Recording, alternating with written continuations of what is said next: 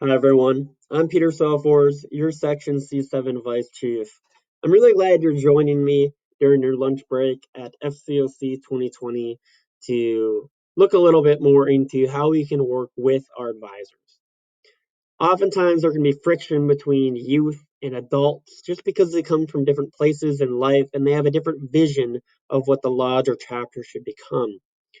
So we're going to dive into one, the role of advisors, and two, how to create a culture of communication between you and your advisors so that you understand each other's roles and you understand what each other's visions and goals are for the lodge.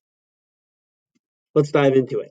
So the roles of advisors, it's in the name, right? Is to advise.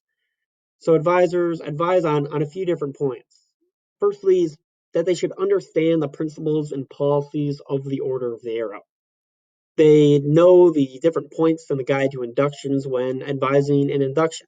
They're a second set of eyes on the policies to make sure that your lodge program or chapter program is following what the Order of the Arrow is meant to be. Next, we have a long-term vision for the lodge and chapter, and they advise the youth on what this vision can become. You see, lodge chiefs change for most lodges every year or two. But lodge advisors stick around for much longer than just that one term. So advisors will have a long-term vision with membership to make sure that it's steadily increasing in the lodge. Also, long-term vision about the budget to make sure that the lodge is continuing to be fiscally responsible and that the budget continues to support the lodge.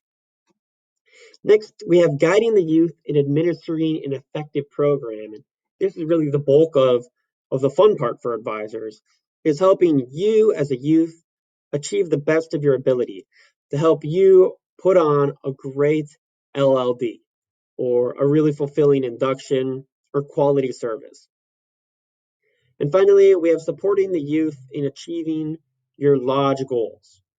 So they shouldn't have their own agenda of what they want done, but they should work with you to create goals of what the lodge or chapter can become. And the final quote I have in here is from the Guide for Officers and Advisors. And it states that every adult airman in the lodge to be a functioning advisor. This means that every adult in the OA should understand the principles and policies of the OA, should have a long-term vision of the lodge and chapter, should guide the youth in administering an effective program, and support the youth in achieving their lodge goals. So, how to have this effective lodge or advisor youth relationship, that's to establish a culture of communication. Advisors can only be effective if you keep them in the loop, if they know what's going on, if they know what your vision is. Next, you should reach out to your advisors not only when you need help, but when you have a new idea, or even just before you send out an agenda. They're a great set of second eyes on things. They have a different perspective on what the Order of the Arrow is, and they can help you flush out ideas. Next, we have that advisors are friends and mentors. They're not parents. Your advisors never, or hopefully shouldn't, ever tell you to make your bed. That'd be pretty weird. Instead, you kind of get to know your advisor and you get to work with them, not for them, and they don't work for you either. They should be your friend and your mentor. And the final note here is to follow youth protection. Now, this is the adult's responsibility to make sure that uh, that adult is adhering to youth protection, but it's important for the youth to do that as well. To understand things like you can't just text them one on one. So if you ever have any questions about youth protection, make sure to go to scouting.org/training/youth-protection. So I'm Peter Selfors. This was working with your advisors.